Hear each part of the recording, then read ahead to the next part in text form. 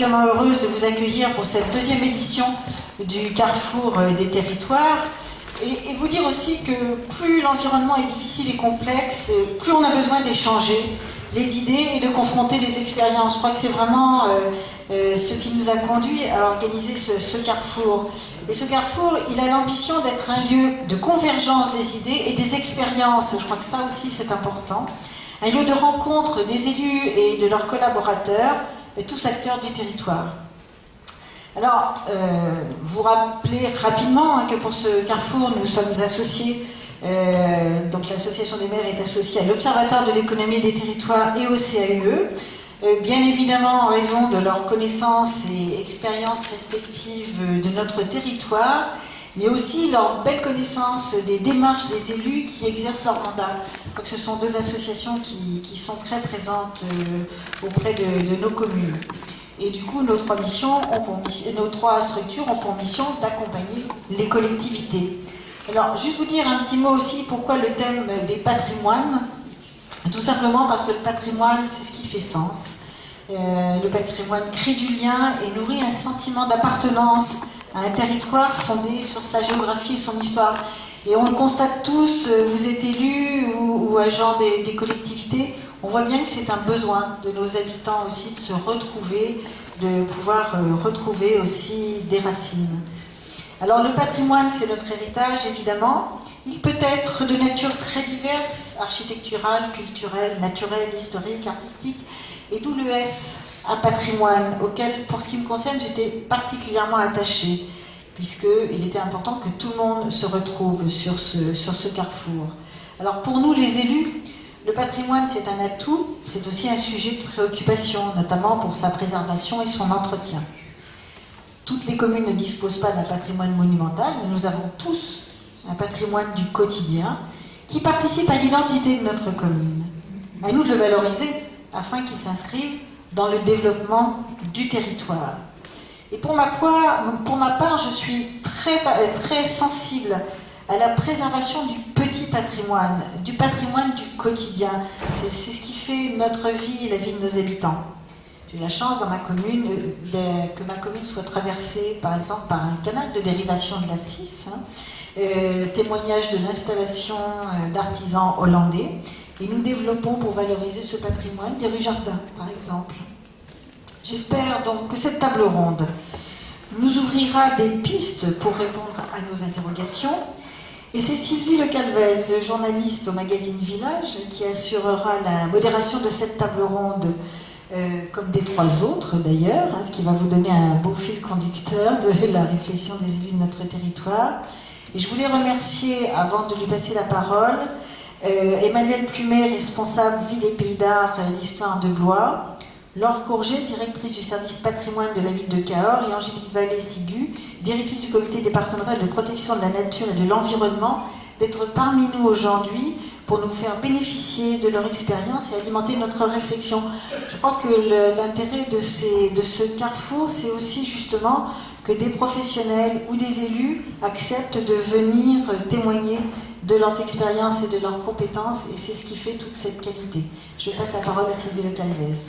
Merci beaucoup, Madame la Présidente de l'Association des maires de France du Loir-et-Cher. Vous avez une grosse matinée déjà depuis tôt avec l'Assemblée Générale en première partie. Effectivement, un petit peu de retard. Alors ça ne se rattrape pas, néanmoins on va essayer de ne pas prendre davantage de temps. Mais je tiens à vous prévenir, on terminera plutôt vers 12h45, 13h. J'espère que vous avez pu picorer 2-3 choses, que vous n'aurez pas trop l'estomac dans les talons pour la fin de matinée, qu'au contraire vous serez très participatif pour cette première table ronde en séance plénière maintenant. Donc effectivement, je suis Sylvie Le Calvez, directrice de la revue Village. Vous en avez d'ailleurs eu d'offert dans vos pochettes puisqu'on est partenaire de l'événement. Vous avez dû aussi avoir des petits formulaires d'abonnement à part. Je précise qu'ils sont à part parce que nos tarifs ont changé et en plus ont été revus un peu à la baisse. Donc ce serait dommage que vous preniez les mauvais. Voilà. Donc c'est un magazine national consacré à la création d'activités durables dans les territoires ruraux. Et Bruno Marmiroli, qui était mon interlocuteur pour l'organisation de cette journée, directeur du CAUE, qui viendra d'ailleurs à la table ronde pour des aspects logistiques, quand il y aura besoin de passer des diaporamas, m'a demandé en plus, en tant que partenaire de l'événement, si, ce que je ne fais pas souvent quand j'anime des débats, je pouvais faire un panorama de quelques expériences rencontrées au fil de nos reportages à Village pour en faire l'écho ici dans cette salle et donner à voir les énergies positives qui se sont développées autour de cette question du patrimoine du quotidien que vous avez bien décrit tout à l'heure, Madame la Présidente, dans votre introduction. Alors, je me suis livrée à ce petit exercice en espérant pas prendre trop de temps, mais plutôt 5 à 6 minutes pour vous faire un petit panorama des dernières expériences qu'on a rencontrées au fil de l'eau. Et puis effectivement, après, cette table ronde relativement courte et percutante, forcément, avec les trois intervenantes que vous avez présentées, je tiens à dire que cette table ronde, cette première table ronde est très féminine. Voilà, pour une table ronde dans des cadres du patrimoine. Les autres sont plus équilibrés, mais là, on a la chance d'avoir beaucoup de femmes à la tribune, y compris vous, Madame la Présidente. Donc, voilà. C'est bien de le souligner, on est souvent sur des tables rondes où la parité n'est pas forcément très respectée, là c'est plutôt dans l'autre sens.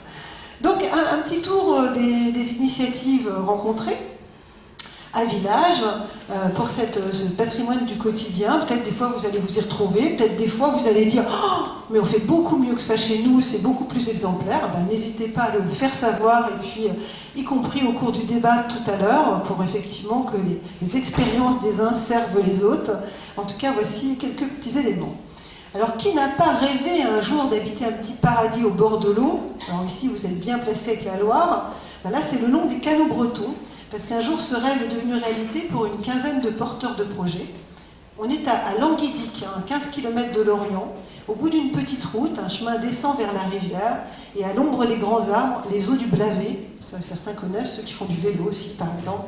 Dans la maison éclusière, il y a Solène qui finit les travaux de peinture. La jeune fille fait partie des heureux lauréats d'un concours de projets lancé par le Conseil régional de Bretagne.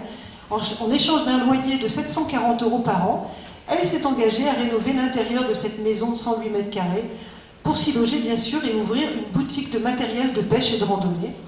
Mais on a aussi souvent comme ça des transformations, des évolutions de ce patrimoine du quotidien. Ça ne vous aura pas échappé, le nombre de transformations du presbytère en logements sociaux, par exemple à Saint-Médard, sur Île en Ille-et-Vilaine, ou à Sisteron dans les Alpes de Haute-Provence. Il y a la municipalité de Murat, on est dans le Cantal, une petite ville, 2000 habitants, qui a réhabilité l'ancienne école, 15 logements locatifs, dont 6 sociaux, une école qui avait un peu de caractère. C'est la commune qui a assuré la maîtrise d'ouvrage et puis qui en assure la gestion locative en direct via un budget complètement autonome. Un peu plus en sud, on va dans l'Hérault, la communauté de communes du Pays de Tongue, qui a restauré 40 croix rurales. Alors si ça s'arrêtait aux croix, ce serait peut-être limité, mais ils en ont profité pour créer des sentiers d'interprétation qui permettent non seulement de parcourir ces différentes croix, mais aussi d'autres monuments remarquables du territoire, que ce soit pour les habitants ou les touristes. Je ne résiste pas en fait de vous parler aussi du dispositif Énerter qui a été initié par le parc naturel régional des marais du Cotentin et de Bessin. Là, on est en limite entre le Calvados et la Manche, donc en Normandie, où il y a 25 chantiers de rénovation qui ont été mis en place. On est sur de l'auto-réhabilitation accompagnée, c'est comme ça qu'il se mentionne, où effectivement des voisins, des familles ont tous participé à des chantiers collectifs encadrés par des artisans eux-mêmes pour redonner vie à ces maisons en terre. Bon, l'impact, il est double, voire triple. Pour le côté patrimoine et tourisme, ça tombe sous le sens. C'était dommage d'avoir des jolis marais et puis des maisons qui se délabraient d'un autre côté. Et puis pour les habitants de ces maisons qui sont très vétustes, très humides, et où les personnes qui vivaient là n'osaient même plus ouvrir parfois la porte au facteur en disant « Oh là là, j'ai un peu honte d'être chez moi », elles sont complètement revalorisées. La plupart étaient des gens au chômage qui ont presque tous, suite à cette opération, retrouvé du travail.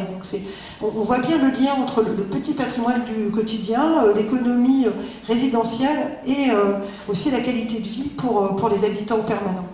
Ensuite, direction la Bretagne, où la commune de Saint-Rivoal, dans le Finistère, est labellisée commune du patrimoine rural de Bretagne, comme une trentaine d'autres d'ailleurs dans la région, et elle s'est engagée à réaliser un sentier de découverte et d'interprétation de son patrimoine. Ça, vous devez bien connaître aussi, j'imagine, sur votre secteur. Alors souvent, les contraintes imposées par l'inscription d'un secteur au patrimoine historique et classement en zone de protection architecturale ne sont pas forcément bien vécues par les habitants. Alors en Gironde, ils ont une idée un petit peu rigolote. Du côté de Saint-Émilion, il y a un maire qui s'est mobilisé pour que les habitants se réapproprient leur patrimoine à travers un rallye. Il l'a appelé l'UNESCO Rallye Tour, qui est réservé aux habitants de la communauté. C'est une chasse au trésor avec des énigmes historiques dont la résolution exige une connaissance du patrimoine local. Ça les a poussés à répondre par un aspect très ludique sur lesquels on reviendra aussi dans ces tables rondes pour montrer comment évolue la demande justement de la clientèle touristique et son souhait d'être de plus en plus dans des aspects très ludiques. En créant il y a 10 ans un chantier école dédié à la restauration du petit patrimoine rural en état d'abandon, la mission locale du pays de Fougères, on est encore en Ille-et-Vilaine, on vient souvent en Bretagne, s'est dotée d'un outil pour valoriser les jeunes en difficulté. Donc les jeunes réhabilitent tout ce petit patrimoine, et à travers ça, eh bien, ils retrouvent surtout de la force morale, parce que ce sont souvent des jeunes qui étaient un peu laissés pour compte, et puis ils deviennent acteurs de leur territoire. En même temps, ils retrouvent confiance en eux, et en même temps, la commune retrouve une histoire souvent qui était un peu enfouie sous les broussailles, parce qu'ils font aussi du débroussaillage sur certains sites. Retour en Normandie avec la ville de Saint-Lô dans la Manche, une ville reconstruite, qui a lancé un vaste chantier de reconquête de son cœur de ville. Ça aussi, on y reviendra beaucoup ce matin, cet après-midi, avec l'opération des 222 cœurs de ville qui seront à réhabiliter. Et là, ils ont fait des réunions d'information, des sondages, des groupes de travail pour changer l'image un peu terne de ces villes reconstruites afin de les inciter à vivre et à restaurer leur logement. Dans le sud, à Loriol, dans la Drôme, ce sont les élus qui ont financé, via la collectivité bien sûr, les travaux des habitants pour refaire par exemple toutes les peintures des portes, des volets, des maisons les plus belles du centre-ville. Et les résultats sont convaincants. Ils ont impliqué directement les habitants sur des grands chantiers de week-end. Mais le patrimoine, et vous le savez, vous qui êtes là, et ce sera aussi redit à travers le témoignage de notre intervenante du CDPNE, ce n'est pas que bâti, bien sûr, on n'est pas que dans les monuments, c'est aussi le patrimoine naturel. Et alors vous en savez quelque chose, hein, hier soir je suis arrivée un petit peu plus tôt, quand je vois les magnifiques sites que vous avez tout autour de la Loire et un peu ailleurs, c'est vrai que vous êtes concernés autant par des beaux monuments et des beaux bâtiments que par un site naturel remarquable. Donc dans les Mauges, dans le Maine-et-Loire, pas très loin de chez vous finalement, qui a connu un bouleversement énorme avec la mécanisation agricole, qui avait fait perdre une grande partie de son bocage, l'association Mission Bocage a été créée il y a 20 ans. Depuis, 1 million d'arbres ont été replantés, c'est quand même assez remarquable. Dans le même ordre d'idée, la communauté de communes du Val-de-Drôme a restauré 1,5 hectare de terrasses pour une opération de valorisation du patrimoine du cépage, avec un bail amphithéotique qui a été signé avec les propriétaires des parcelles. Et puis en Alsace, on va complètement de l'autre côté de l'Hexagone, le patrimoine naturel alsacien qui est composé de vergers hautes tiges, donc était menacé. Pour enrayer leur déclin, le Conseil général du Bas-Rhin a créé les vergers solidaires, et la communauté de communes de Sauer-Pêchebrone, j'espère que je prononce à peu près bien, je ne suis pas de là-bas, a participé à cette opération de 2007 à 2010. Ça veut dire quand même sensibiliser le grand public et les scolaires, bien sûr, ça aussi on en reparlera dans la table ronde, préserver l'existant, c'est-à-dire 419 arbres de haute tige qui ont été entièrement préservés, et puis planter 2300 arbres. Une subvention de 50% du financement a été attribuée aux particuliers pour ces plantations, et parallèlement, c'est le lien avec l'économie qui est intéressant, ils ont valorisé les fruits sous forme de jus, créant une sorte de label local, une gamme d'étiquettes estampillées Vallée de la Sauer pour souligner l'origine des produits.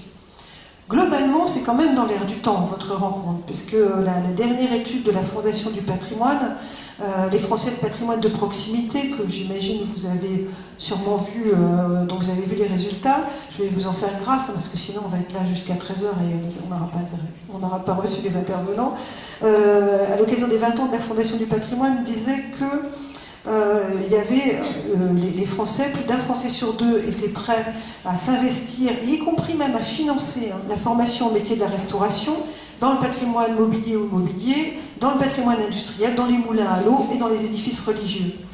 D'ailleurs, on n'a jamais vu autant d'églises rurales sauvées des attaques du temps. On pouvait s'inquiéter à un moment. Et par exemple, il y a eu la restauration de 4000 lieux de culte entre 2002 et 2013. Voilà quelques exemples comme ça, picorés au fil de l'Hexagone. Forcément, c'est pas détaillé, mais je pense qu'à partir de cela, vous trouverez facilement sur Internet des informations complémentaires.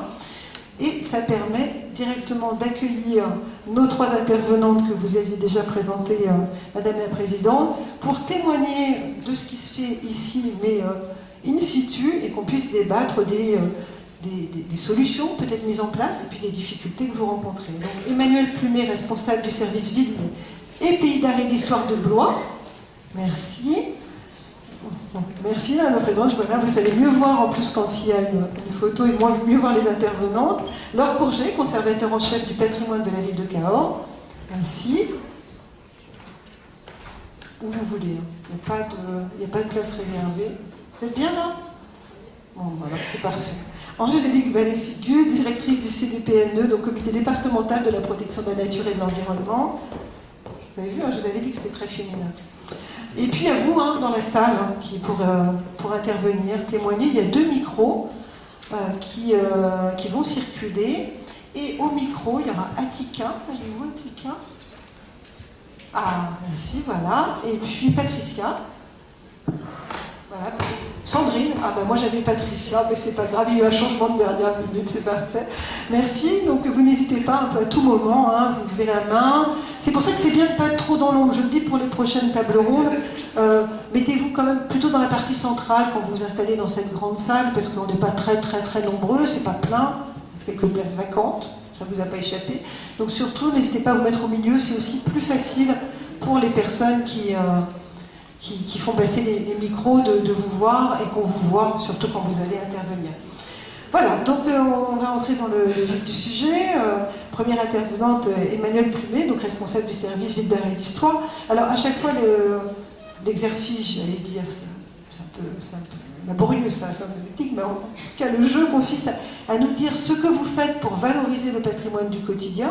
Qu'est-ce qu'apporte justement ce label Pays d'art et d'histoire, en quelques mots, de façon succincte, par un échange, et ensuite qu'on puisse répondre avec vous trois, notamment à ces 3 principales questions, une fois qu'on aura parlé de votre façon de valoriser le patrimoine des communes.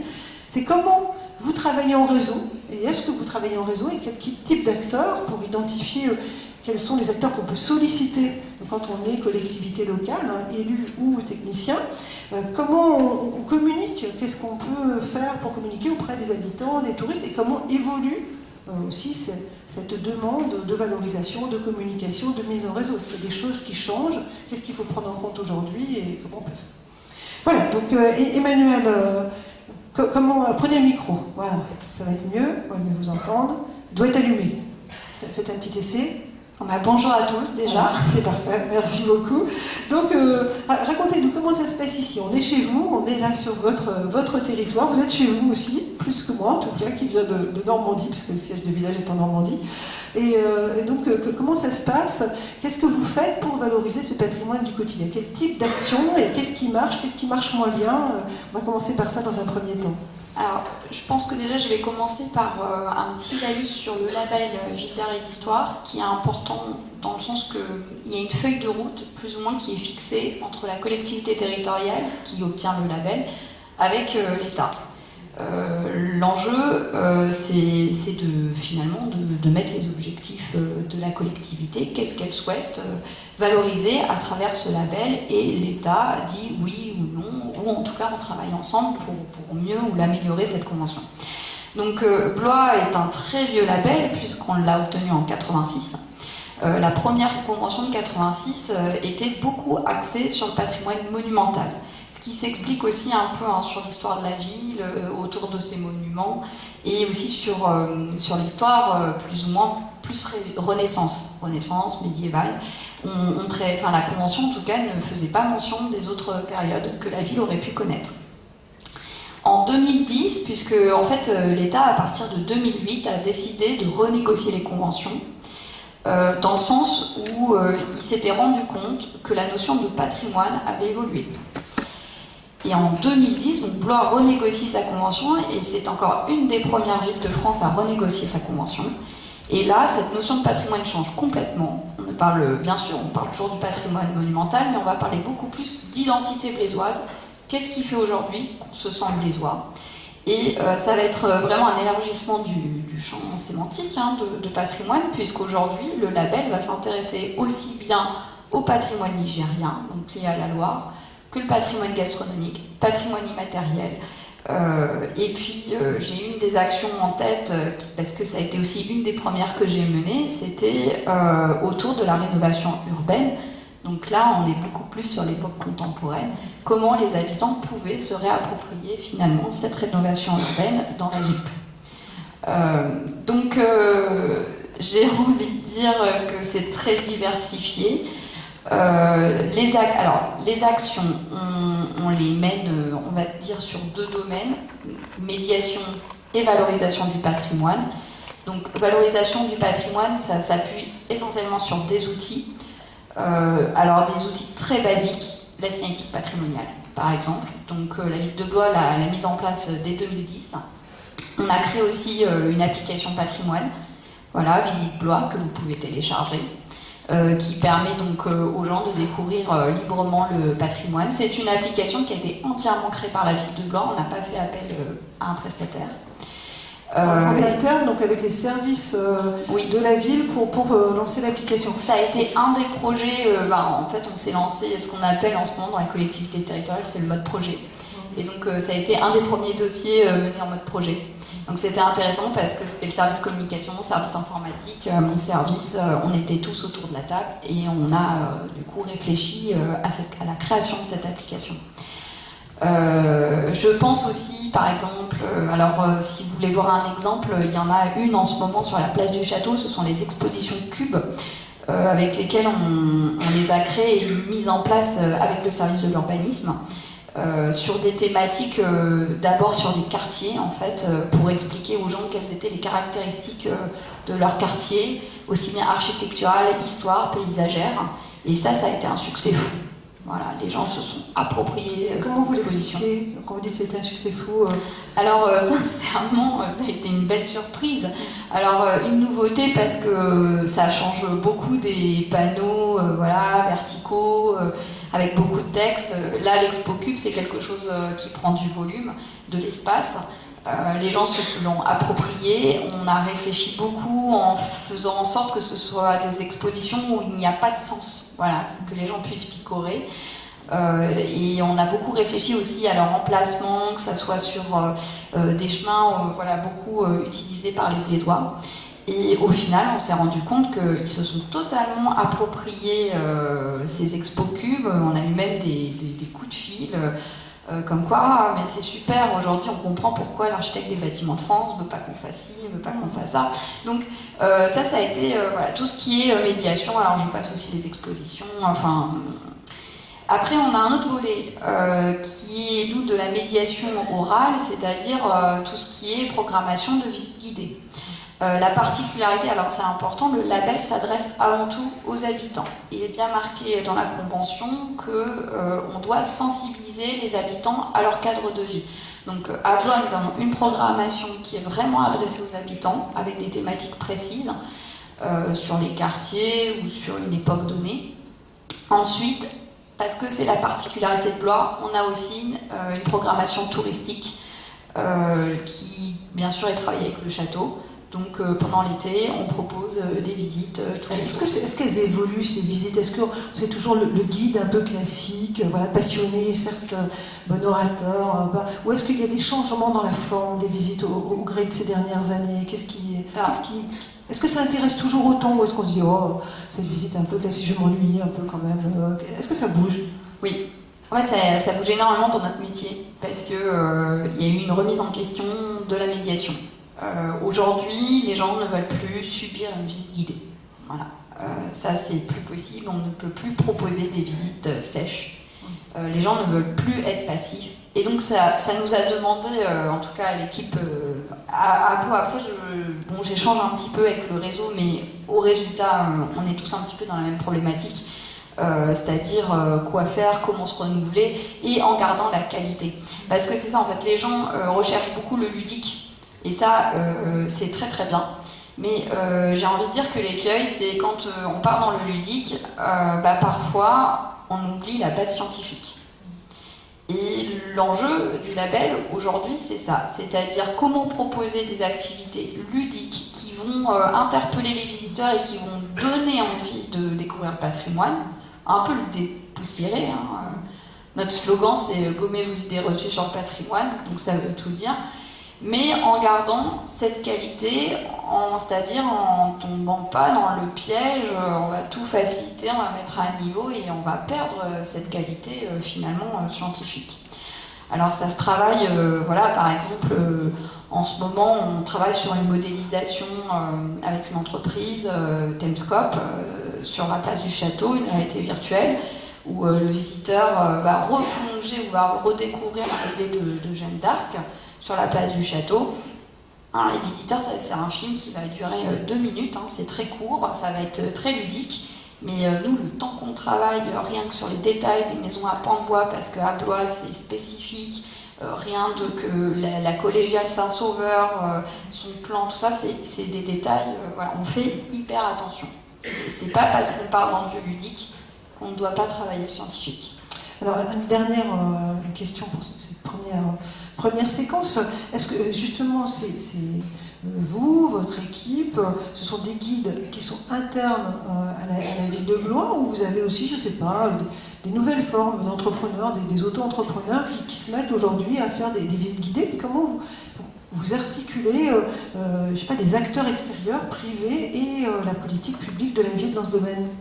Alors ça, c'est aussi la difficulté qu'on a rencontrée dernièrement, c'est que le label Ville d'Art et d'Histoire demande à ce que toutes les visites guidées soient réalisées par des guides qui ont des cartes professionnelles. À la ville de Blois, on a la chance d'avoir 4 guides conférenciers permanents qui sont mutualisés au château, avec recrutement à l'été, où là on monte presque à une dizaine de guides. Ensuite, j'ai envie de dire, avec la crise économique aussi, il y a eu beaucoup d'auto-entreprises qui se sont créées. Des gens qui ont soit des cartes professionnelles, soit pas de carte professionnelle. À Blois, on a fait le choix de travailler avec eux, qu'ils aient une carte professionnelle ou pas. Et donc, on leur propose des formations. Voilà, on a 2-3 rendez-vous par an. Des formations, j'en ai en tête, par exemple, on a travaillé avec la mission Val-de-Loire sur une formation UNESCO, voilà, qu'est-ce que c'est l'inscription au patrimoine mondial de l'UNESCO et comment le transmettre et le dire, voilà, aux gens qui le reçoivent. Parce que finalement, c'est ça qui est important, c'est qu'ils vont être au contact du public et nous, on préfère les former et que ça se passe bien. Donc, on a revu ça aussi, c'est-à-dire que non, c'est pas la ville de Blois qui a le monopole des visites guidées, et du coup, on va travailler en partenariat avec eux au lieu de rentrer en guerre, et là, ça ne sera pas, le visiteur ne sera pas satisfait finalement. Merci pour cette première présentation, en plus la première de la matinée dans cette grande salle. Alors moi, je vais peut-être changer de place parce que Laure, elle s'est mise à ma gauche, mais du coup, je ne la vois pas. Je vais bouger, moi. Non, mais moi je vais aller de l'autre côté, ça va. Ah bah non, il va avoir besoin tout à l'heure. Voilà. Je vous vois un peu mieux quand même. Pour vous parler, c'est plus agréable que vous êtes juste à côté de moi. Alors, là, on va changer de secteur. On va s'éloigner un peu de Blois avec Laure Courget, qui est parti fort tôt ce matin, il faut le dire quand même, de son pays, Cahors, là-bas dans le Lot, pour venir être présente. En plus, qui croyait que ça commençait un peu plus tôt, déjà qu'on a commencé en retard, mais en plus un peu plus tôt, donc elle est partie vraiment très très tôt. Merci beaucoup d'être parmi nous. Vous êtes donc conservateur en chef du patrimoine de la ville de Cahors. La ville de Cahors, nous en tout cas au magazine Village, on nous a dit, s'il faut faire un article sur la réhabilitation, la revalorisation du centre-bourg, il faut prendre Cahors, c'est le meilleur exemple en France. Alors là, moi, je suis contente, mais vraiment, c'était... Alors je sais pas comment vous avez fait en si peu de temps pour faire un bond comme ça, parce que c'est vrai que ça a été un changement très important dans la ville de Cahors, petite ville, 20 000 habitants, plus petite que Blois quand même en taille, avec une politique patrimoniale très active, qui s'est encore renforcée depuis 2008, qui avait déjà démarré avant, mais c'est quand même récent finalement, cette volonté de dire on va bâtir notre développement social, économique, culturel sur notre patrimoine. Il y a une espèce de prise de conscience très globale sur l'ensemble des aspects. D'un seul coup, tout mener de front, c'est pas facile. Je sais que d'ailleurs vous courez beaucoup dans votre mission, vous n'êtes pas facile à joindre pour arriver à mener tout ça. En tout cas, vous êtes aussi bien dans la valorisation du patrimoine que qu'est-ce qu'on fait autour du commerce, qu'on fait autour du logement pour que tout soit cohérent et redonner un souffle. Ça nous amène déjà aussi aux tables rondes de l'après-midi. On va reparler de ça, et notamment en présence de la ministre Jacqueline Barrot et puis de Yves Dauge sénateur qui a travaillé là-dessus, puisque vous êtes aussi labellisé, enfin retenu plutôt que labellisé, dans le cadre de ces 222 villes qu'on va suivre attentivement et qui vont être aidées pour continuer ce travail autour du centre-ville de la ville de Cahors. Alors racontez-nous, comme on l'a fait avec Emmanuel, les principaux points sur lesquels vous agissez, comment vous y prenez, comment vous mettez en place vos actions, parce qu'effectivement c'est une valorisation du patrimoine, du quotidien, du centre-ville de Cahors. Alors quelques mots de présentation déjà. Bonjour à tous. Je suis ravie d'être là, parce que Blois est vraiment une ville magique et puis vous êtes sur un très beau territoire. Alors comme de nombreux territoires en France, bien évidemment, mais c'est un très beau territoire. Alors sur la ville de Cahors, en effet, depuis 88, là on est bien en fait dans des problématiques de mandat électif. Le patrimoine ne peut pas se gérer et se vivre à l'aune d'un mandat électif, c'est pas possible. Donc j'ai eu la chance d'être recrutée en 98 par une équipe municipale pour démarrer une réflexion sur la notion de patrimoine. On était très en amont des décentralisations, en fait, deuxième vague de 2004. C'était, on se place très tôt, on a un patrimoine, on avait une mission d'inventaire menée par l'État, déjà depuis 88, et qui avait permis de commencer à mettre le doigt sur le fait que la connaissance est au cœur de tout, et que c'est un préalable. Et Cahors l'a instauré comme un principe de base. La connaissance est le socle. C'est le socle qui va permettre de construire des démarches, et des démarches de politique générale. Donc on est doté d'une direction du patrimoine qui mène différentes missions avec différents outils.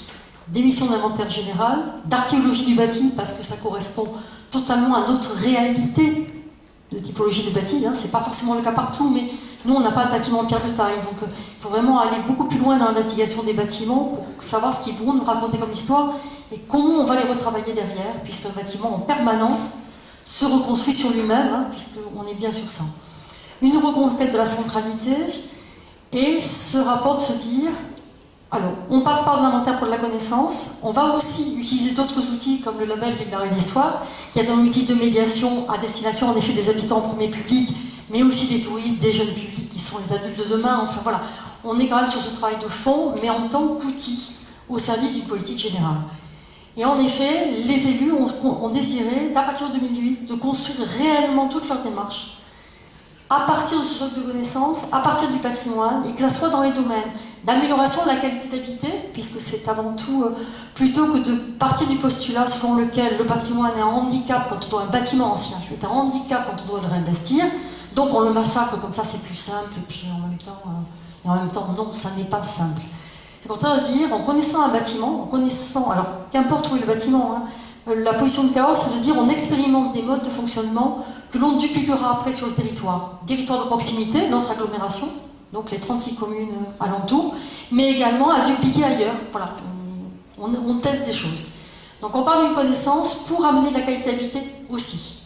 Retrouver des grands volumes, ramener des familles en cœur de ville, éviter cette espèce de création de tout petits logements qui est quand même dans l'air du temps depuis plus de 30 ans, où on multipliait dans les opérations programmées d'amélioration de l'habitat du petit logement pour essayer de rendre le plus rentable possible pour des propriétaires un bien. Là, c'est d'inverser la tendance et de dire on va travailler au contraire sur la qualité d'habiter.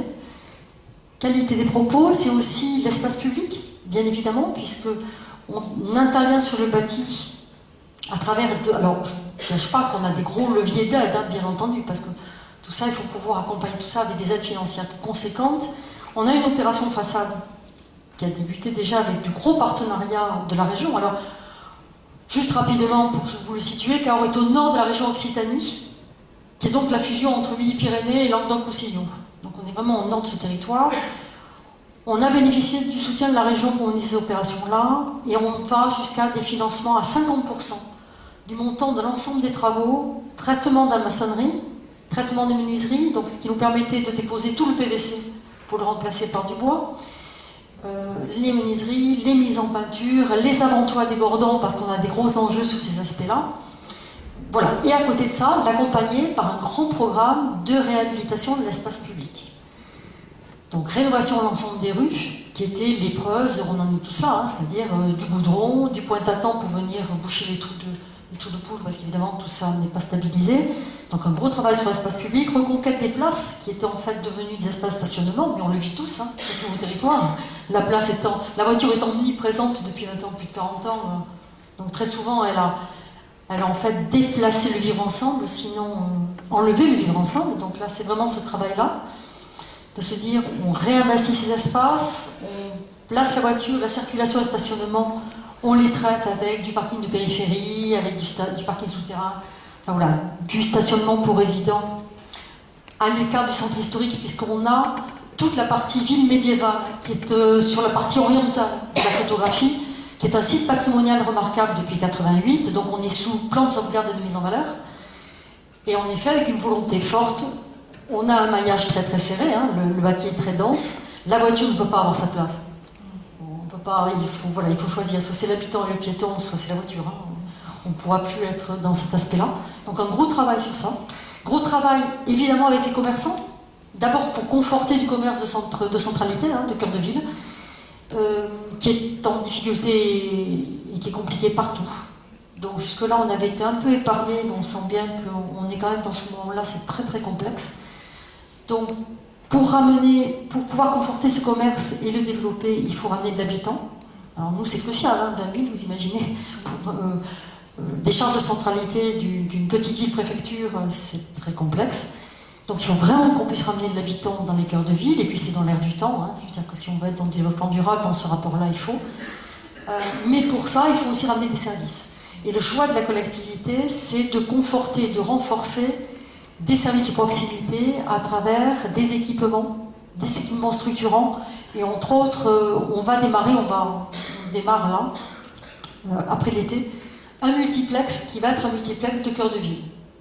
Donc c'est un regroupement de 7 salles qui va être vraiment, mais avec le choix délibéré et majeur de dire on est dans le centre historique de la ville, on est dans la boucle, hein, et on ramène pour essayer de ramener à la fois la diversité, le théâtre, les cinémas, des services complémentaires, les services de santé. L'hôpital est dans le cœur de ville, il y a été maintenu. Ça a été vraiment un choix fort de volonté de la collectivité. Merci beaucoup. Il y a tellement de choses. Oui, c'est ça. Oui, parce que là, on est en politique générale. Donc on est... Voilà, je vois quand il y a déjà 12h30, donc effectivement, si on veut laisser la parole, comme je l'ai promis à la salle, on va là juste une toute petite question. On va laisser le micro là, mais très petite. Vis-à-vis de la population, tout ce que vous faites là, tout ce que vous nous avez décrit, c'est plutôt quand même globalement bien compris, bien perçu, ou vous sentez des difficultés, où tout le monde dit mais c'est quand même super. Comment c'est vécu de l'intérieur? Alors on a un gros travail de concertation, de participation citoyenne et sensibilisation des publics. En fait, quand on a été labellisé Ville d'art et d'histoire, c'était pas un animateur qui incarnait un label. En fait, c'était la totalité de la ville qui était estampillée Ville d'art et d'histoire. Si bien qu'au sein de la direction du patrimoine, on est 7, à la fois une archéologue du bâti, chargée d'inventaire, moi qui suis sur l'opérationnel dans le centre historique, l'animateur du patrimoine, un webmaster, parce qu'on fait un maximum de choses en interne, PAO, DAO, enfin bon, on fait un maximum nous. En fait, on travaille en permanence avec les publics et en permanence avec les habitants. Dès qu'il y a une étude d'un bâti, le propriétaire a son étude archéologique du bâtiment. Il y a des restitutions avec des plaquettes sur les découvertes de l'année. Elles sont majeures, elles sont mineures, qu'importe. C'est une découverte qui permet d'alimenter et de continuer à alimenter ce sentiment d'appartenance. Ça en permanence. Et puis les visites guidées, des choses, des formats de sensibilisation pour les habitants par quartier, par format, par des petites choses qui sont à midi, à 18h. Enfin, voilà. On essaie de coupler un gros travail avec le scolaire, bien évidemment. Ce travail, l'objectif, là, maintenant, à l'heure actuelle, de Ville d'art et d'histoire, c'est de passer à Pays d'art et d'histoire, d'étendre nos expériences et nos modes d'intervention sur l'ensemble du territoire de l'agglomération. Merci. Alors, Emmanuel, je vous voyais des fois dire ça m'intéresse. Une réaction sur ce que vient de dire Laure par rapport aux actions qui sont mises en œuvre? Est-ce que vous voyez des grands points similaires, des interrogations, une question à poser? Non, pas du tout, parce que c'est la logique du label. C'est vrai que l'animateur de l'architecture et du patrimoine, moi je le vois un peu comme un agent, pas de liaison, mais c'est lui qui va faire en sorte que la convention va s'appliquer. Mais en soi, le pivot, c'est la convention, parce que c'est ce que la collectivité territoriale souhaite faire de son patrimoine. Donc c'est un engagement entier de toute la ville. C'est ça, c'est le label, il est sur la ville. L'animateur d'architecture et du patrimoine, il est juste là pour appliquer la convention et la mettre en œuvre. Alors, monsieur le maire, la dernière fois, il me disait « Emmanuel, c'est super comme travail ce que vous faites ». Je lui ai dit « non, parce qu'en fait, c'est votre convention. C'est vous qui l'avez pensé. Alors, oui, bien sûr, je vous en prie, et puis après... En effet, ce qu'il y a de majeur, c'est qu'avant tout, c'est la politique d'un maire. Tout le reste sont des outils, en fait, mais au service d'une politique générale. Ça, c'est majeur. C'est pas un agent qui représente quelque chose. C'est la politique menée par une équipe d'élus sur leur territoire avec une volonté forte qu'après on va mettre en musique. Mais c'est avant tout la politique des élus quand même qui est à mettre en place. Merci, ça donnera de manière, j'imagine, à réagir dans la salle. Notre dernière intervenante, on va passer sur du patrimoine naturel, puisque c'est l'objet, comment on fait pour le valoriser. Alors Bruno vient, Marmiro vient du CEU en renfort parce qu'il y a quelques diapositives qui vont être passées pour la première partie justement sur la présentation de ce que vous faites. Maintenant, je suis obligée de mettre des lunettes pour lire mes chiches, les années passent. Au comité départemental de protection de la nature et de l'environnement, je tiens à dire que vous avez un stand qui est dans l'espace où on peut aller pendant le temps du déjeuner, vous retrouver pour en savoir plus sur vos actions. Angélique Vallée, dont vous êtes directrice. Vous travaillez autour de la connaissance du patrimoine naturel du département, mais pas seulement, avec un volet effectivement d'animation pédagogique, on va y revenir, et puis d'études, beaucoup d'études, tous azimuts, au service des collectivités locales, et pas seulement d'ailleurs du département, mais bien au-delà dans votre très, très grande région. Et effectivement, c'est un peu une institution rare, un peu un ovni dans le paysage des associations, puisque ce CDPNE est écrit en 72. Je crois qu'il y en a eu 2 à une époque, et puis après, il n'y a pratiquement eu plus que vous qui réalisez ce type de travail en France, configuré comme vous l'êtes. Alors comment vous faites? Qu'est-ce que vous faites concrètement, justement, pour sensibiliser, pour valoriser ce patrimoine du quotidien, mais patrimoine naturel? Alors effectivement, avant de rentrer dans le vif du sujet, je vais dire quelques mots sur la structure qui a un fonctionnement, comme vous l'avez souligné, un peu particulier.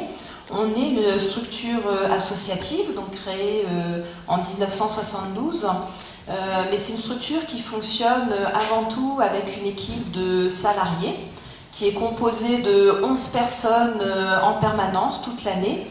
Et ce sont des professionnels qui ont des compétences pluridisciplinaires, à la fois différentes mais complémentaires, qu'on fait travailler en synergie en fonction des besoins et des demandes diverses et variées. Donc au niveau de l'équipe, on a des chargés d'études qui ont des compétences faune, flore, aménagement urbain, eau, etc. Cartographie également, tout ce qui est système d'information géographique. Donc ça nous permet d'accompagner des collectivités, de répondre également à des appels d'offres, à des consultations et de faire des études, y compris des études réglementaires, donc qui sont très encadrées. Et du coup, en fonction de la nature du dossier, ces chargés d'études peuvent être amenés à travailler soit seuls sur un dossier, soit en synergie pour amener chacun leurs compétences et puis répondre à la demande. Donc ça, c'est pour le volet études et expertise environnementale. Nous avons également une mission de gestion de sites naturels.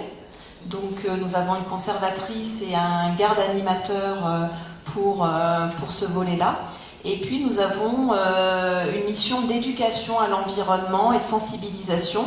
Et le lien, en fait, c'est que la valorisation du patrimoine naturel, ça passe par à la fois la connaissance qu'on va acquérir via les chargés d'études qui font les différents inventaires au niveau du territoire. Et par une sensibilisation, donc là c'est les éducatrices à l'environnement qui interviennent, et puis les chargés d'études peuvent être également amenés à faire des animations, j'y reviendrai.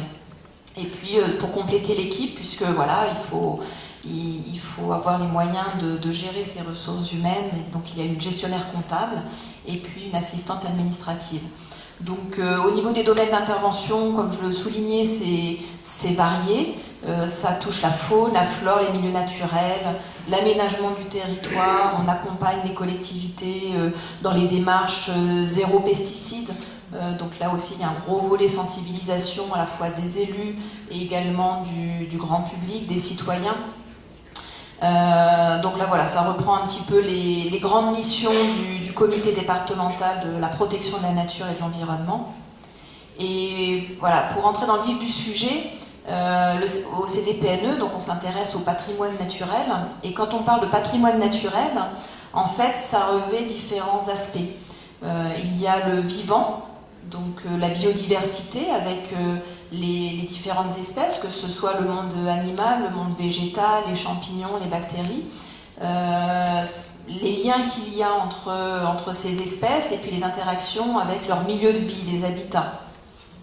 Et puis dans le patrimoine naturel, il y a ce qu'on qualifie plutôt de géodiversité, donc c'est le non-vivant et c'est toute la partie géologie, géomorphologie, pédologie. Donc là, au niveau du CDPNE, on valorise également ce patrimoine de différentes manières. Alors ça commence par la conception d'ouvrages. Donc pour concevoir ces ouvrages, il y a en amont un gros travail d'inventaire, que ce soit l'inventaire des amphibiens et reptiles pour concevoir cet ouvrage paru l'an dernier, donc au niveau du Loir-et-Cher, et également un inventaire du patrimoine géologique. Donc là, en l'occurrence, on a un administrateur au CDPNE qui est géologue et qui s'investit beaucoup sur ces aspects-là et qui a réalisé ces ouvrages en 2015 et puis tout récemment en 2018. Ce sont des ouvrages, si vous souhaitez ne serait-ce les feuilleter et puis pourquoi pas les acheter, nous en avons sur notre stand aujourd'hui.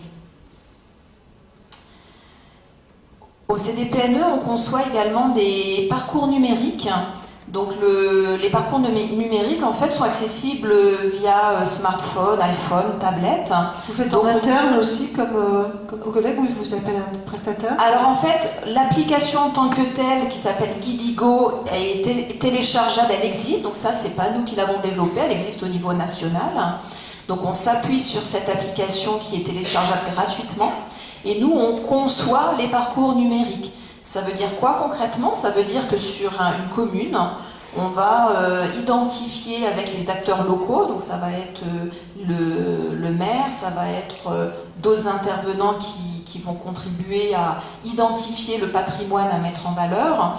On va identifier un circuit, des points d'arrêt, et à chaque point d'arrêt, on va mettre en valeur un élément ou deux du patrimoine. Alors ça, c'est souvent le patrimoine naturel, mais ça peut tout à fait combiner du patrimoine plutôt culturel ou architectural. Et sous forme ludique, sous forme d'une petite vidéo, d'un quiz, on va faire découvrir pendant 1 ou 2 minutes sur ce point d'arrêt un élément du patrimoine. Et de proche en proche, en fait, les personnes vont faire le circuit, vont accumuler des indices en répondant au quiz, et puis à la fin, le but étant de découvrir l'énigme, et l'énigme en fait c'est un point remarquable du site, donc par exemple une espèce patrimoniale. Merci, on va être obligé de passer un petit peu plus vite si on veut laisser un peu de temps pour... Au niveau de la géodiversité, donc plutôt le patrimoine géologique, nous avons développé un site internet qui permet de mettre en valeur différents sites géologiques du Loir-et-Cher, donc que vous pouvez retrouver sur internet, à l'adresse indiquée. On développe également des outils de sciences participatives. Donc là, c'est vraiment un moyen à la fois de renforcer la connaissance et de sensibiliser, de communiquer sur les thématiques. Donc en l'occurrence, on a développé un volet observatoire des mares pour mettre en valeur la diversité, la biodiversité qu'il y a dans ces mares. Nous avons également développé un site de sciences participatives sur la protection, la préservation des chauves-souris. En parallèle de ces outils numériques, eh bien, nous proposons des animations à destination des jeunes publics. Alors, ce que j'entends par jeunes publics, ce sont les scolaires, mais également les centres de loisirs, et puis les individuels, les familles. On organise des mini-camps au niveau de la Maison de la Nature et de la réserve à Marolles, avec des ateliers à destination des jeunes. Nous organisons également au moment des vacances scolaires des animations, des ateliers à destination des jeunes, sur différents thèmes. Donc on élabore chaque année un programme. Là, vous avez à droite la brochure pour 2018. Et donc sur inscription, les places sont limitées puisque bien évidemment il faut permettre un encadrement de qualité et gérer les enfants au moment de l'atelier, donc les places sont limitées, donc c'est sur inscription. Et voilà, ça permet de sensibiliser le jeune public. On sensibilise le grand public, donc là nous avons tout un programme des rendez-vous nature, donc nous en publions 2 par année, l'un au printemps et l'autre à l'automne, et nous proposons des sorties nature, des conférences, des fois des projections, donc tout ça vous pouvez vous procurer également sur notre stand. Nous sensibilisons les élus à la prise en compte du patrimoine naturel à l'occasion de déjeuners thématiques que nous organisons. En général, on en organise 3 à 4 par année.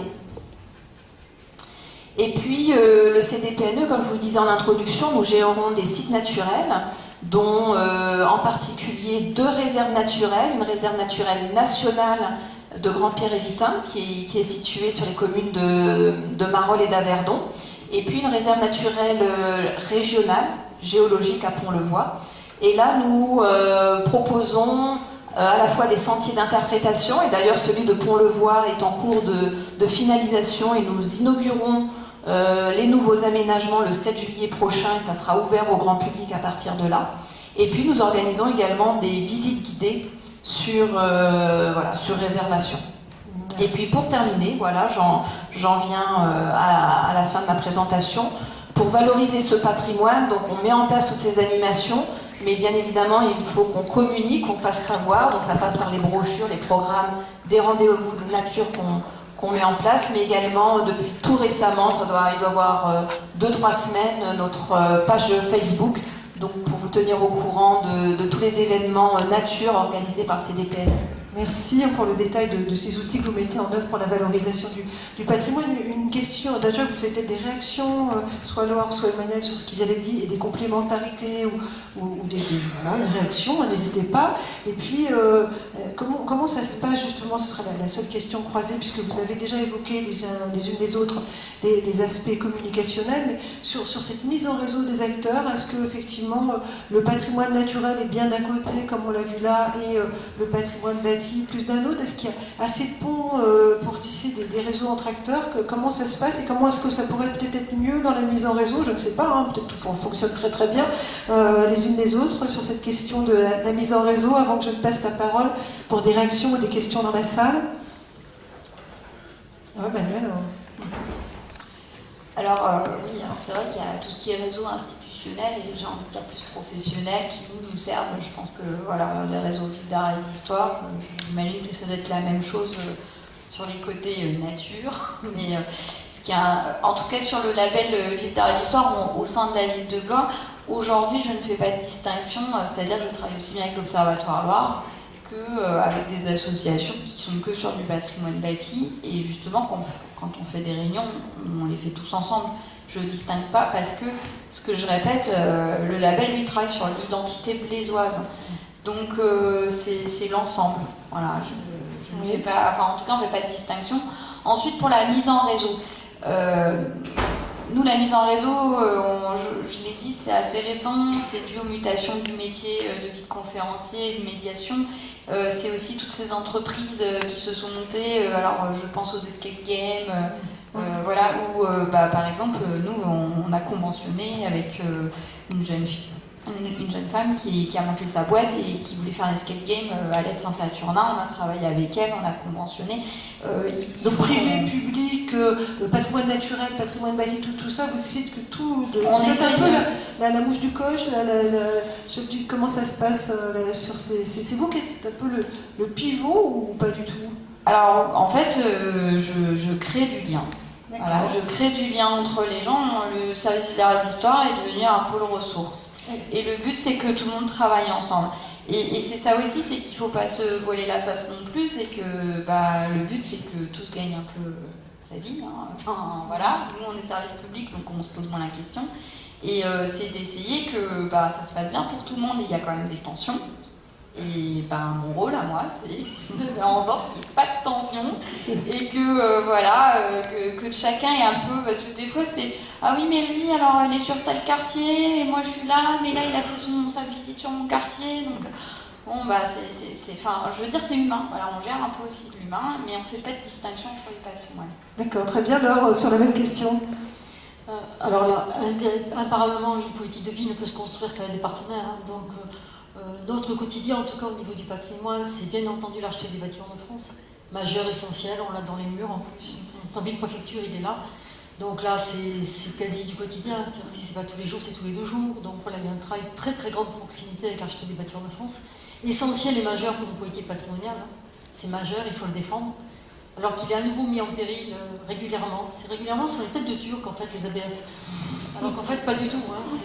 Voilà, c'est majeur de pouvoir les conserver et de travailler avec eux. Ce sont des acteurs essentiels de nos territoires. C'est bien évidemment les CAUE, parce qu'on a un gros travail de collaboration avec le CAUE. Ça fait partie des acteurs quotidiens. Le département, bien évidemment. Et puis la région, parce que nos politiques patrimoniales, elles sont conventionnées, contractualisées avec la région, que c'est un gros soutien financier, et en plus, dans les démarches de réflexion, c'est un bon diffuseur, hein, bien sûr.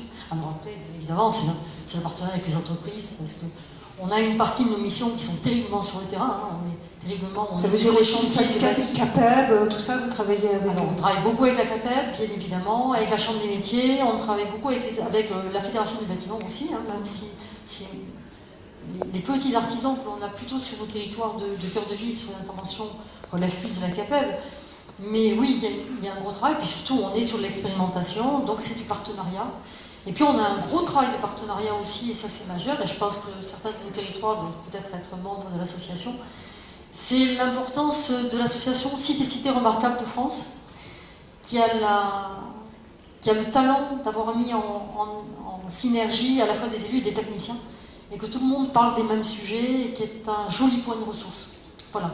Merci beaucoup. Voilà, je vous avais promis la parole, j'avais dit qu'il y avait 2 micros qui pouvaient circuler, soit pour témoigner, bien sûr, de façon très courte, de quelque chose que vous mettez en œuvre qui pourrait servir, hein, être dupliqué, transposé auprès de vos collègues, soit des questions, bien sûr, à nos intervenants, ou même des questions à la cantonade, où quelqu'un pourrait répondre. Donc n'hésitez pas, en vous présentant, ça permet de faire connaissance. Je vous prie de m'excuser, j'avais oublié un partenaire majeur, sans lequel, en fait, sur Cahors, on n'aurait pas peut-être réussi à démarrer la démarche comme ça. C'est la Direction régionale des affaires culturelles. Elles sont majeures, sincèrement. Et ce sont vraiment des acteurs qui sont à nos côtés au quotidien. Voilà, c'était juste un petit... voilà, l'État au quotidien, à proximité. Très bien, merci de le souligner. Mesdames, Messieurs les élus, Mesdames, Messieurs les techniciens, des réactions, des questions, des points de désaccord, d'accords, de témoignages. Oui, monsieur, voilà.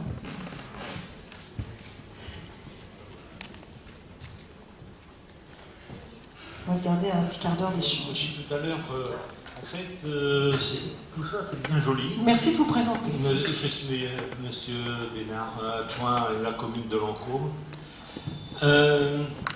Donc je suis très attaché au milieu rural. Et dans tout ce discours, notamment la CPDMNE, il y a une espèce qu'on oublie un peu, c'est l'espèce humaine au milieu rural. Elle devrait être sur la liste, au même titre que les petits oiseaux et le reste, y compris notamment pour Cahors, ou Blois, on parle de dynamiser le centre des villes, mais on oublie une chose aussi, que les gens qui habitent dans les centres de ville doivent pouvoir y accéder. Donc on rejoint, on ne peut pas interdire la voiture et vouloir des habitants en ville. Aujourd'hui c'est incompatible, on le voit en milieu rural. En milieu rural, les gens ont besoin de voitures. On va pénaliser aujourd'hui les gens qui vivent et travaillent qui vivent en milieu rural et travaillent en ville. Moi je suis né dans cette commune-là, donc il y a près de 70 ans, je connais bien le phénomène. On est à 20 km de Blois, par exemple. Il ne faut pas nous parler dans les communes d'habitats,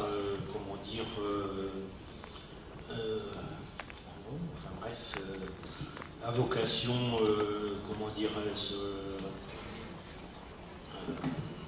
j'ai perdu le nom, enfin bref. On ne peut pas construire de l'habitat pour des gens qui ont des petits revenus. L'habitat social? L'habitat social, c'est impossible. La commune a fait le choix, plutôt que de construire un habitat social, on a rénové le bâtiment à vocation communale, tout en respectant l'architecture. Ça représente un investissement, mais il y a une notion de revenu dans l'habitat social. Une notion de revenu. En dessous d'un certain revenu, c'est inutile d'envoyer les gens à 20 km du milieu du travail. Merci Monsieur Lélu, pour votre remarque. Je vais en prendre 2-3 de suite, s'il y en a 2-3 dans la salle, voilà. Et puis on fera plutôt une réponse collégiale. J'ai noté, on ne vous oublie pas. Oui. Oui, Annette Douard, déléguée départementale de la Fondation du patrimoine. J'ai écouté avec beaucoup d'intérêt, Blois évidemment je connais très bien, mais j'ai écouté avec énormément d'intérêt l'intervention de la personne qui représente la cité de Cahors, que j'adore particulièrement. Je trouve que c'est une réussite exemplaire. J'y suis allée 5 fois. Je crois que j'attendrai une 6e prochainement. C'est un peu la réalisation d'un rêve, quand on s'occupe de la Fondation du patrimoine, de voir une telle ville. Parce que tout y est réussi. Il y a la restauration qui est exemplaire. J'ai beaucoup... Madame, si j'avais pu vous embrasser, je l'aurais fait quand vous avez parlé du PVC, parce que je me bats contre le PVC depuis 16 ans. Pendant la pause déjeuner.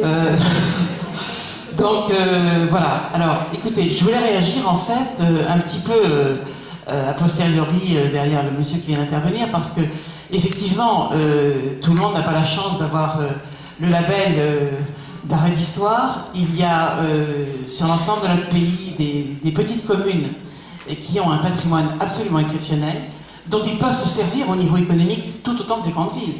C'est pour ça que je voulais réagir à ce que vient de dire le monsieur, parce que moi je pense que, bien au contraire, il faut se servir du patrimoine rural pour le faire vivre, et non pas l'inverse.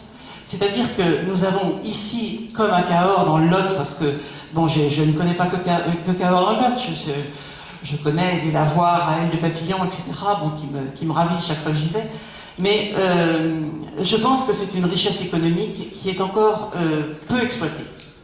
Et je pense que maintenant, il ne faut pas oublier que le patrimoine rime avec économie. C'est une force merveilleuse dans les deux sens. Et je pense que, bon, à travers l'expérience des villes, je pense que les élus des petites communes devraient s'exprimer et s'y intéresser et l'appliquer à leur petite commune. C'est encore plus facile maintenant avec les communautés de communes et les regroupements de communes. Ça nous donne des possibilités financières et administratives et une espèce d'énergie collective qui peut vraiment aider ce genre de choses. Alors moi je vois ça tous les jours, et si vous voulez, je trouve que je voudrais qu'on en parle, parce qu'il n'y a pas que les villes, il y a aussi tout ce patrimoine qui est vraiment une espèce de toile d'araignée sur tous nos départements, et qu'il faut vraiment aider au maximum. Merci Madame, vous pourrez justement en discuter, donner les outils, présenter pendant les temps de pause. Je vais vous laisser. Nous avons un stand, nous sommes hébergés par le CAUE. Merci. Je voudrais juste... Alors allez-y. Parce que justement, il y a eu un très très bel exemple en Loire-et-Cher, et monsieur le maire est là, c'est Champigny-en-Beauce. Voilà, moi j'ai eu la chance de travailler donc avec monsieur le maire sur la valorisation de ce petit village en Beauce, qui est une cité ouvrière agricole, mais exceptionnelle, qui a été oubliée par les habitants.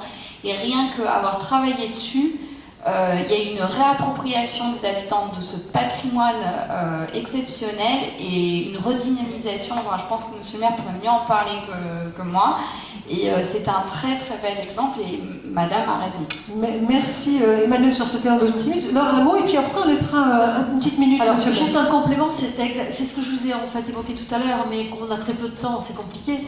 C'était qu'en effet, ce qu'on expérimente sur Cahors et ce que l'on met en œuvre sur Cahors, l'idée c'est de le mettre en œuvre sur l'ensemble des communes de l'agglomération. Mais aussi d'aller au-delà et de dire toujours la même chose. Il faut d'abord partir par une connaissance du bâti qui compose vos villages. Il faut le connaître, il faut en avoir toute cette perception historique et structurelle. Parce qu'au-delà de son histoire, c'est sa structure aussi. Et savoir comment on va accompagner l'évolution de ces villages sur eux-mêmes, dans un souci de préservation, de transmission et de valorisation, mais toujours pareil sur un socle de connaissances. Ça, c'est majeur.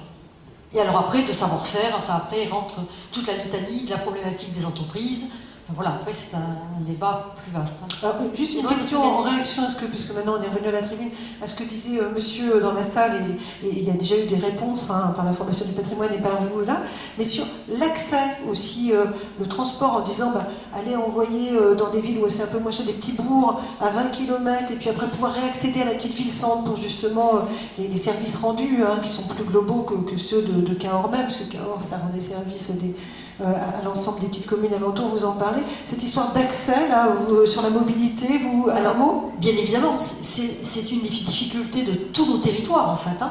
C'est de pouvoir, et ce sont des réflexions qui sont en cours, c'est de pouvoir, en effet, pouvoir gérer cette problématique des mobilités, pouvoir aussi travailler sur ces mobilités douces quand on est sur des distances raisonnables, hein, parce que... Pas 20 km, quoi. Voilà, mais en effet, c'est toute la difficulté de l'exercice. Mais ce sont des réflexions en cours, bien sûr, parce qu'il ne faut pas... voilà, en fait, on vit tous ensemble, hein, pour un même intérêt. Merci. Il y avait madame.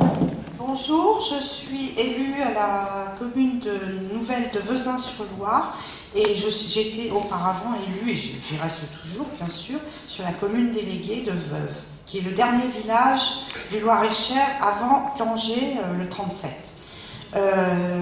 Pour rebondir à ce que disait madame pour la Fondation du patrimoine, oui, nous à Veuve, nous avons un projet de longue date, parce que notre architecture, ça va être l'église en priorité, et puis également une maison à pan, et puis l'histoire du village qui est relatée dans l'église.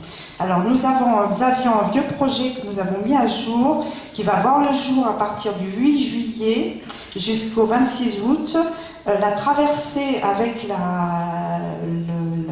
un partenariat avec la Millière à Botton des bateaux de Chaumont-sur-Loire et le travail entre maire de Rilly et Veuve. Nous allons avoir la traversée justement en bateau tous les dimanches du juillet-août, de façon à faire découvrir le patrimoine de notre village, de celui qui se trouve derrière, qui est Montaut et Mélan. Il y a beaucoup de choses à voir, il y a de l'architecture, il y a aussi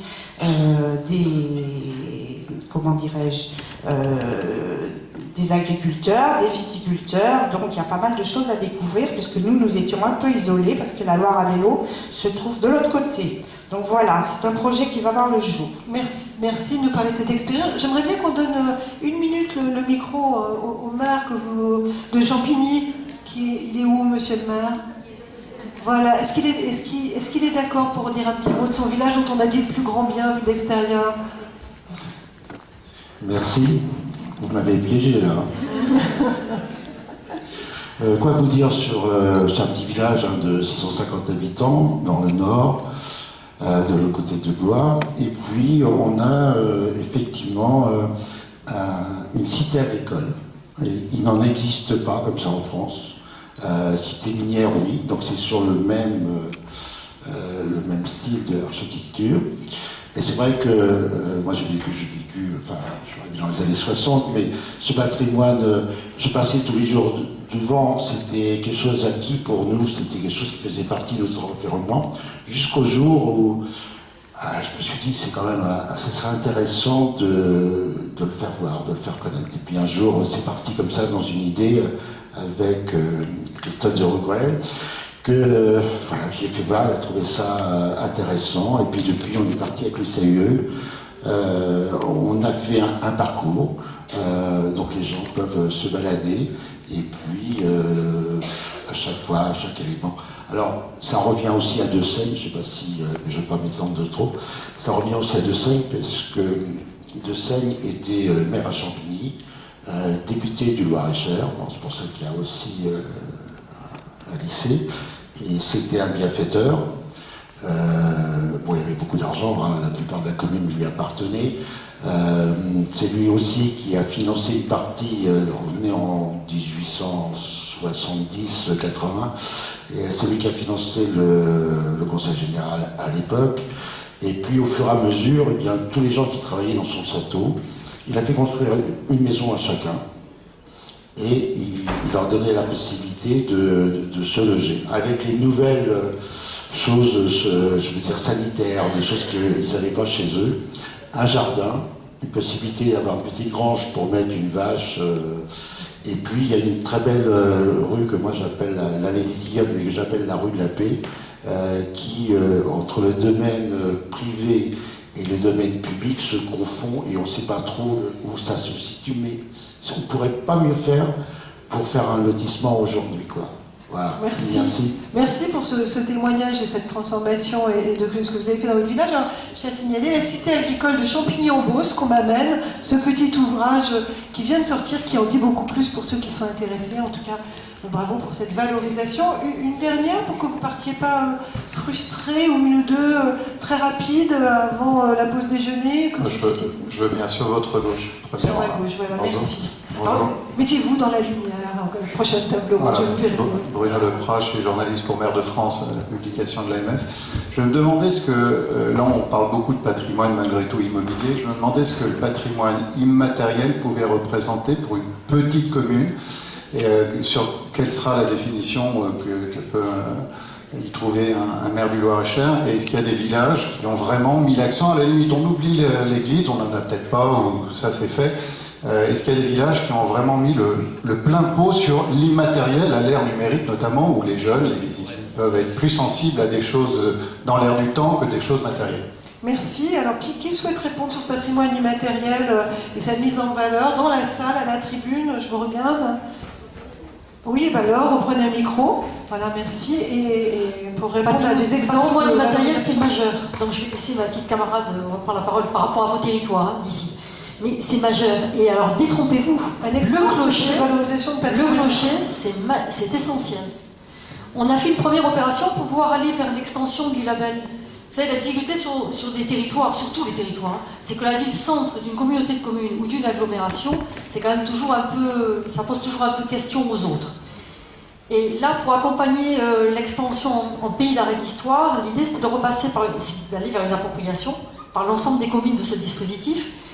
Et on s'est dit, eh bien, on va aller à l'occasion des Journées du patrimoine de 2017, on va partir à la rencontre de ces communes, ceux qui vont pouvoir commencer à jouer le jeu. Hein. Et puis on va proposer des parcours, des circuits. Il y avait un rallye. On avait travaillé avec des masters patrimoine de Toulouse Jean Jaurès. Voilà, on proposait pour les familles, puisque c'est le jeune public. Hein. Et en fait, le clocher, dans le cadre des échanges qu'on a eus avec les habitants, avec les acteurs, les élus, qu'on allait voir par groupe, le clocher apparaissait comme l'élément majeur fédérateur. En fait, dans toutes les anecdotes qu'il pouvait raconter, le clocher revenait permanent. Et en permanence. Alors que vous soyez croyants ou pas, le problème n'était pas là. C'est que d'abord, votre village, on le voit de partout parce que c'est le clocher qu'on voit d'abord. Vous voyez, en termes de marqueurs, c'est fort. Et puis, les gens se racontent autour de ça. Et clairement. Et pour les communes, je crois que la porte d'entrée d'une appropriation du patrimoine, elle va d'abord passer majoritairement par le matériel. Merci Emmanuel sur ce patrimoine immatériel. Alors, du coup, à Blois, ça a été une des thématiques majeures dont on m'a demandé de travailler dès 2010 et on a la chance d'héberger l'association des artisans d'art de Loir-et-Cher, notamment dans le pavillon de Bretagne. Et j'ai travaillé encore sur une convention avec eux. Et ce qui a été un de leurs grandes problématiques, c'est la transmission des savoir-faire. C'est comment. Alors, mais aussi, ce qui est intéressant, c'est que dans cette association, vous avez un département conservation, donc vraiment ce qu'on imagine, c'est-à-dire restaurateur, peinture, sculpture, tailleur de pierre, tout ça, et un département plutôt de création, mais qui est aussi un savoir-faire. Et donc, toute l'année, avec eux, on crée soit des animations, soit des rencontres, et on explore cette problématique de transmission des savoir-faire. Et je pense un exemple qui a été, d'atelier qui a été le mieux, c'est notamment par rapport à nos scolaires, où quand on leur propose par exemple une visite de l'église Saint-Nicolas, qui est un exemple d'architecture romane mais aussi gothique, donc on voit la transition. Derrière, on leur propose un atelier pratique qui est la taille de pierre, pour qu'ils se mettent dans la peau d'intérieur de pierre. Et aussi, on explique, pour tailler la pierre, il faut aussi un peu maîtriser les maths, il faut ceci, il faut cela. Et on a eu des vocations. Derrière, il y a des professeurs qui nous ont dit, mais en fait, les enfants, ils ont trouvé leur voie. Donc oui, le savoir-faire, ça peut être la base, le socle d'un programme. Merci Juste un mot, parce qu'il est 13h05, on avait dit qu'on avait tout Par à rapport 13h. au matériel, vous parliez des communes rurales, mais je vous assure que c'est aussi majeur. D'abord, c'est majeur parce que c'est de l'humain, donc qu'importe où vous habitez. Et donc, ça se ressent aussi dans les villes. Et dans les villes, on avait démarré par rapport à la problématique des quartiers périphériques. Vous savez, ces nouveaux quartiers construits pendant la reconstruction, après la guerre, après la Seconde Guerre, où il était essentiel d'être aussi sur ça. Ou les hameaux de périphérie des villes, les quartiers qui sont un peu des écarts. Et de travailler aussi sur ce patrimoine immatériel. Leur vécu, le ressenti, comment les évolutions passent, comment c'est ressenti ces évolutions-là. Comment en effet il y a de vraies fractures, parce que les ruptures elles sont réelles. Et on a tout un travail sur ça qui est, alors ça s'appelle de façon un peu mémoire de quartier, mémoire du village, mais on est un peu sur ça. Merci.